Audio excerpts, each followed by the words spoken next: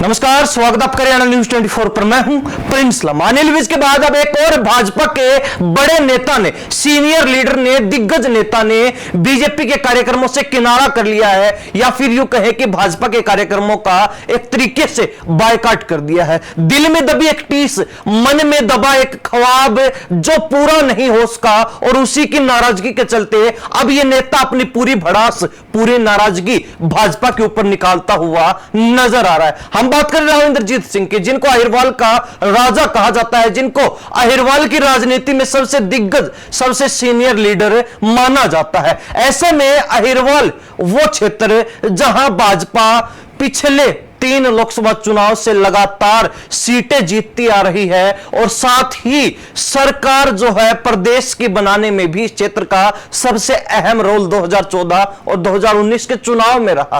तो ऐसे में उस क्षेत्र से बड़े नेता का, सीनियर लीडर का, जो कि जनता के बीच अच्छे खासी पकड़ रखते हैं, अच्छा खासा प्रभुत्व रखते हैं, जबरदस्त वर्चस्व रखते हैं, उस नेता का रूठना, उस नेता का नाराज होना बीजेपी के लिए एक बड़ा संकेत है। और कहीं ना कहीं राव इंद्रजीत सिंह ने जब रोहतक में आयोजित भाजपा के बड़े कार्यक्रम से किनारा कर लिया, जिस समय उस कार्यक्रम में भाजपा के तमाम बड़े नेता, तमाम बड़े पदाधिकारी और नवनिर्वाचित सांसद भी पहुंचे थे, तो ऐसे में यह चर्चाएं शुरू हो चुकी थी कि अब राव इंद्रजीत सिंह अपनी नाराजगी जताने के लिए, अपनी भड़ास निकालने के लिए बीजेपी के कार्यक्रमों का बायकॉट करते हुए नजर आ रहे हैं। हालांकि इस पूरे मामले को लेकर राव इंद्रजीत सिंह का क्या कुछ कहना है, पहले वो सुन लीजिए, उसके बाद विस्तार से चर्चा करेंगे। राव साहब रोहतक नहीं पहुंचे आप सांसदों के सम्मान समारोह में, तरह तरह की राजनीतिक गलियारियों में चर्चा है, क्या कुछ वजह रही सर? यार मैं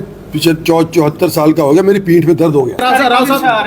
राव साहब रोहतक नहीं पहुंचे आप सांसदों के सम्मान समारोह में, तरह तरह की राजनीतिक गलियारियों में चर्चा है, क्या कुछ वजह रही सर? यार मैं पीछे 74 साल का हो गया, मेरी पीठ में दर्द हो गया। तो सुना आपने राव इंद्रजीत सिंह को, जिन्होंने स्पष्ट कहा कि उनकी उम्र भी ज्यादा हो गई है और अब उनके कमर में दर्द रहने लगा है, और इसी कारण वो कार्यक्रम में नहीं पहुंचे। हालांकि ये तो एक बनावटी बात है, लेकिन इसके पीछे का जो असली सियासी कारण है, जो असली सियासी मायना है, वो आपको बता देते हैं। राव इंद्रजीत सिंह जो तीसरी बार गुड़गांव लोकसभा सीट से बीजेपी के टिकट पर सांसद चुने गए, और तीसरी बार उनको फिर केंद्र में राज्य मंत्री का पदभार संभाला दिया गया, उनको राज्य मंत्री बना दिया गया। हालांकि राव इंद्रजीत सिंह को यह महसूस हो रहा था, राव इंद्रजीत सिंह को यह लग रहा था कि इस बार तो कहीं ना कहीं उनकी चांदी होने वाली है, इस बार तो उनको कम से कम भाजपा केंद्रीय मंत्री जरूर बनाएगी। लेकिन उस समय उनका नंबर कट गया जब पहली बार चुनाव लड़कर पहली बार सांसद बनने वाले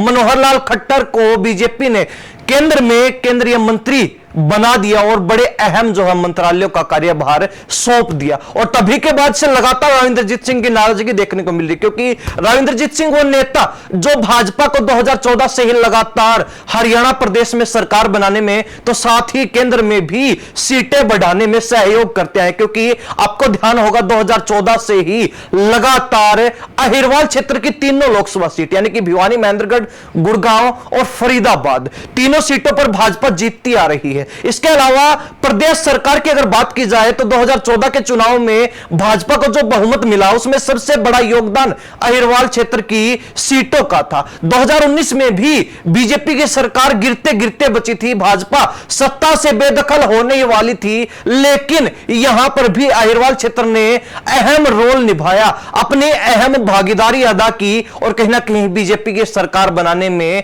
सबसे अहम कड़ी यही क्षेत्र जो है साबित हुआ। लेकिन उसके बावजूद भी राव इंद्रजीत सिंह जो लगातार तीसरी बार भाजपा की टिकट पर चुनाव लड़े, तीसरी बार गुड़गांव लोकसभा सीट से लगातार भाजपा की टिकट पर जीते, सांसद भी बने, लेकिन तीसरी ही बार उनको फिर राज्य मंत्री बना दिया गया। इससे ज्यादा जो है उनका रैंक नहीं बढ़ाया गया। तो ऐसे में जो उनकी केंद्रीय मंत्री बनने की टीस थी, जो उनके मन में एक रड़क है मंत्री बनने की, वो कहीं ना कहीं पूरी नहीं हो पाई, और अब उसी की नाराजगी राव इंद्रजीत सिंह जाहिर करते हुए नजर आ रहे हैं। हालांकि इसके पीछे का एक और सियासी मायना यह भी बताया जा रहा है, एक सियासी कारण यह भी कहा जा रहा है कि अब विधानसभा चुनाव आ चुके हैं, क्योंकि राव इंद्रजीत सिंह लगातार पिछले लंबे अरसों से कहते आए हैं कि वो मुख्यमंत्री की दौड़ में है।